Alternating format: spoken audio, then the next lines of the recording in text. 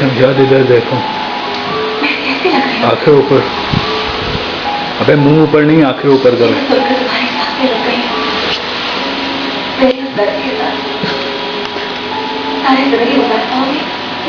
क्या कर रहे हो? देख सकोगे ये चेहरा सुबह शाम जिस पे हाथ ऊपर करो। काला घास लग चुका है? चल सकोगे उस रास्ते पर जिस पर किसी और की गलतियों की शादी है?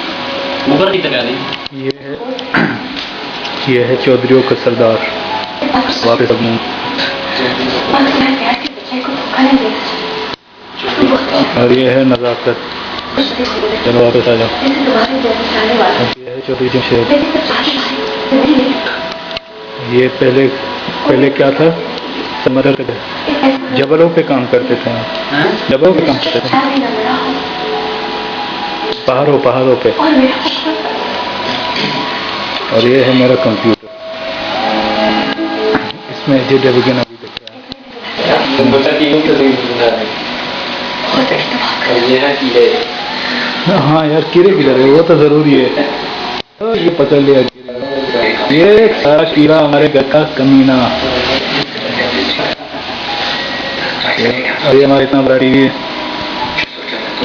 ये पानी का जग है। ये मेरा मोबाइल पर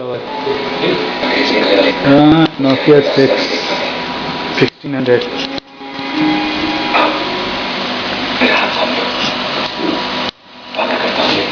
ये पंखा है जो कितने में था? 17,000 में।